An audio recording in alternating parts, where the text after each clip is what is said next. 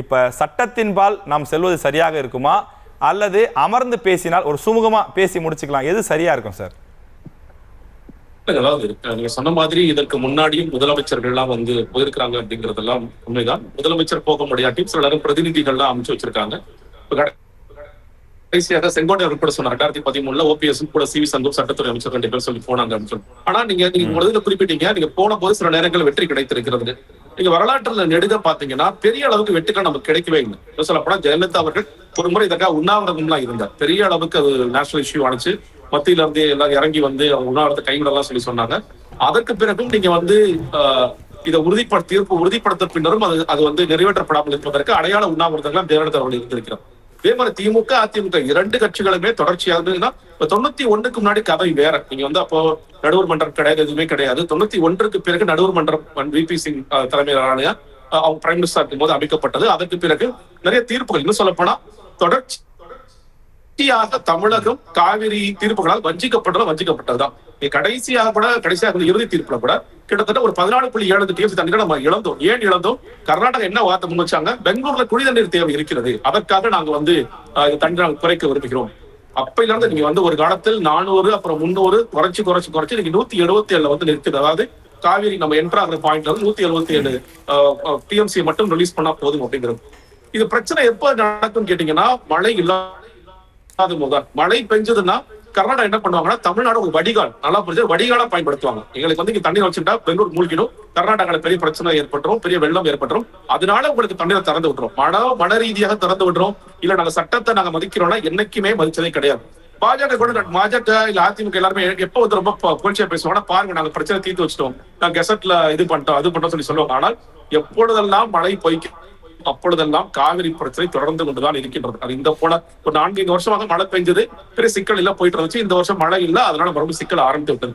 நீங்க ஆனா இறுதி தீர்ப்பு சொல்ற மிக முக்கியமான விஷயம், மழை நல்லா பெய்யுற போது எப்படி நீங்க வாட்டர் ஷேர் பண்ணணுங்கிறது கிடையாது. நீங்க எப்படி பிரிச்சுக்கணும், எவ்வளவு TMC ஒவ்வொரு மாசம் கொடுக்கணும் கிடையாது. மழை பொய்க்கும் பொழுது நீங்க 60 வருஷத்துக்கு ஆவரேஜ் இதெல்லாம் போட்டுதான் இறுதி தீர்ப்பு வந்திருக்கு. அப்ப உங்களுக்கு நீங்கள் மழை ரொம்ப குறைஞ்சாலும் இத்தனை TMC உங்களோட கபினியில கிருஷ்ணசாகர்ல இதெல்லாம் இருக்கின்ற தண்ணீரை நீங்க ரிலீஸ் பண்ணணும் அப்படிங்கறதுதான் உச்சநீதிமன்றம் சொல்லிய மிக முக்கியமான விஷயம். அதற்குத்தான் அந்த ஆணை அமைக்கப்பட்டது. இந்த ஆணை மாசம் மாசம் கூடணும், மாசம் கூடி தமிழ்நாட்டிற்கு நீங்கள் திறந்து விட வேண்டிய தண்ணீரை திறந்து விட வேண்டியது முக்கியமான விஷயம். ஆனா கடைசியாக ஜூன் மாதமும் சரி ஜூலை மாதமும் சரி கிட்டத்தட்ட இப்ப 40 TMC தண்ணீர் நமக்கு திறந்து விடல. குறுவை சாகுபடி ஒரு பக்கம் பண்ணிட்டாங்க, பயிரெல்லாம் கருக ஆரம்பிச்சு பாக்குறோம். இந்த குற்றச்சாட்டுகள் எல்லாமே இருக்கு, தண்ணீர் திறந்து விடல அப்படிங்கிறதாமே இருக்கு. இதுக்கு சட்ட ரீதியாக நம்ம பல முறை உட்கார்ந்து பார்த்துட்டோம், நியாயம் கிடைக்கல. அப்ப நேரடியா சண்டைக்காரங்கிட்டே போய் பேசிடலாம்ல.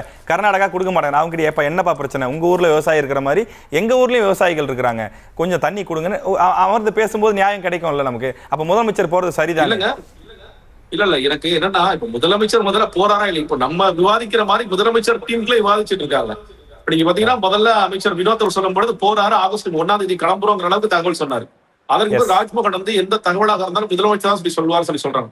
பேசிட்டு இருக்க இந்த சமயம் முதலமைச்சர் போவாரா பண்றாரு, யார் செங்கோட்டை அவர்கள் வேற ஒரு பாயிண்ட் சொன்னாரு. இப்ப அவர்களுக்குள்ளே பெரிய விவாதம் எழுந்துச்சு. அன்புமணி ராமதாஸ் கருத்து தெரிவிக்கிறாரு, முன்னாள் முதலமைச்சர் ஸ்டாலின் ஒரு கருத்து தெரிவிக்கிறாரு. அப்ப போறது சரியா இருக்குமா தவறா இருக்குமா? ஏன்னா சட்ட போராட்டம் நீங்க ஒரு நல்ல தேதி செப்டம்பர் 2016 5ஆம் தேதி 9ஆம் தேதி அந்த காலத்தில் உச்சநீதிமன்றம் சொன்னிச்சு, டெய்லி 15,000 கியூசெக்ஸ் நடந்த 10 நாளைக்கு தண்ணீர் திறந்து விடுன்னு சொல்லி சொன்னாங்க. காவேரி கர்நாடகா அதை கூட மதிக்கணும். உச்சநீதிமன்றம் சொன்னா சொல்லிட்டு போகுது, ஒரு நாள் திறந்து விட்டாங்க, பெரிய போராட்டம் தான் வெடிச்சது. அடுத்த நாள் முடியாதுன்னு சொல்லி சுப்ரீம் கோர்ட்ல மறுபடியும் போய் மனு போட்டாங்க. சுப்ரீம் கோர்ட் இல்ல நீங்க மதிச்சுதான் ஆகணும், செப்டம்பர் 5ஆம் தேதி ஆர்டர் நீங்க மதிச்சுதான் அப்படின்னு சொல்லி சொன்னாங்க. அதுக்கு உச்சநீதிமன்றம் இறங்கி வந்தாங்க, என்ன 15,000 கியூசெக்ஸ் சொன்னா 10,000 கியூசெக்ஸ் திறந்து விடு, அதையும் பண்ண முடியாது. மன்மோகன் சிங் அவர்கள் ஒரு காலத்துல 11 TMC திறந்து சொன்னார், 9,000 கியூசெக்ஸ் திறந்து விடுவோம். எந்த காலத்திலும் அது பிரைம் மினிஸ்டர் பிரதமர் சொன்னாலும் சரி, உச்சநீதிமன்றம் சொன்னாலும் சரி, யார் சொன்னியுமே கேட்க மாட்டாங்க அவங்க. இன்னைக்கு நீங்க DK சிவகுமார் அவர்கள் முதல்வர் ஆயிட்டார். எந்த DK சிவகுமார்? நான் முதல்வராக இருந்து போகும் பொழுது DK சிவகுமார் சாதித்தது என்னன்னு ஒரு கேள்வி எழுப்பினா, DK சிவகுமார் தான் மேகதாது அணை கட்டினார்னு பாட புத்தகத்துல பதிய வைக்கணும்னு நினைக்கிற DK சிவகுமார்ட்ட போய் நீங்க என்ன பேச போறீங்க? இன்னும் சொல்ல போனா இந்த 2 மாசமா நமக்கு திறந்து விட வேண்டிய தண்ணி 40 TMC ஏன் திறந்து விடல? இந்த நேரத்துல நம்ம சட்ட போராட்டம் பண்ணிருக்கணும். நீங்க ஆணையம் என்ன பண்றாங்க, ஆணையம் அவங்களோட வேலை திறந்து விடுங்கன்னு சொல்லி சொல்றாங்க, கேட்க மாட்டேங்கிறாங்க. அப்ப நீ மறுபடியும் உச்சநீதிமன்றம் தட்டி ஆகணும். உச்சநீதிமன்றம் நமக்கு சொல்லிட்டாங்க, நீங்க ஆணையத்துல போய் முறையிட சொல்லிட்டாங்க. ஆணையம் ஜல்சக்தி துறையில் இருக்கக்கூடியவர்கள் தங்களுடைய வேலையை செய்ய மாட்டார்கள் என்றால் ஏற்கனவே நம்ம உச்சநீதிமன்றத்தை அணுகிருக்கணும். நீங்க இப்ப போய் என்ன பேச போறீங்க எனக்கு புரியல. நீங்க வந்து 40 டிஎம்சி விஜய் அவர்கள் போன உடனே கேட்டு சார் விஜய் அவரே வந்துட்டார் சார் 40 டிஎம்சி திறந்து விடுங்க சார் உடனே திறந்து விட்டுருவாங்களா?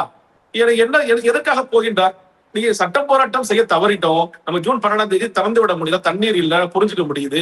ஆனா நீங்க இந்த நேரத்துக்கு எல்லாம் சட்ட போராட்டம் செய்யாம நீங்க சுப்ரீம் கோர்ட் சொன்னாலே கேட்க மாட்டாங்க, விஜய் அவர்கள் சொன்னா கேட்டுருவாங்களா? இதுல சினிமாவா இது? எப்படி நடக்கும் எனக்கு புரியவே இல்லை. போய் விஜய் அவர்கள் சாதிக்க போகிறது முதலில் அவர் சொல்கிறாரா மாட்டாராங்கிறது அவருக்குள்ளே பெரிய குழப்பம் இருக்கின்றது. அவருக்கு அது குறித்தெல்லாம் எந்த அளவுக்கு தெரியுங்கிற கேள்விகள் இருக்கின்றது. இதற்கெல்லாம் தேவைக்கு தான் பதில்